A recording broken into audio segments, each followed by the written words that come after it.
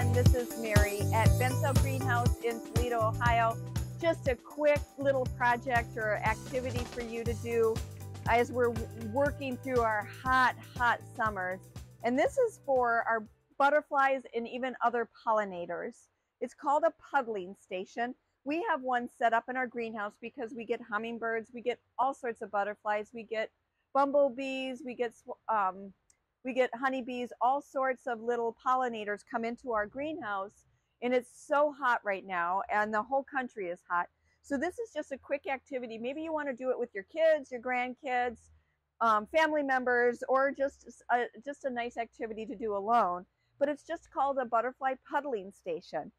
So don't forget that not only do our birds love bird baths, but our pollinators need water and enjoy drinking water as well.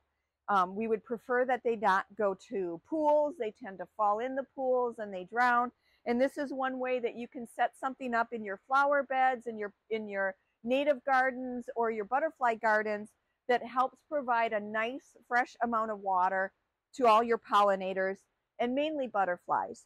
We've just taken an old bird bath. I filled it with pebbles, large and small. It's that simple. Maybe you have favorite stones that you've collected from somewhere. It really doesn't matter. And we've just lined them up in here, and all you do is you add water to your little bird bath. You just add the water. And now what happens is when your pollinators come to this little area, they can literally stand on the stone and drink the water without falling in and drowning. It is that simple.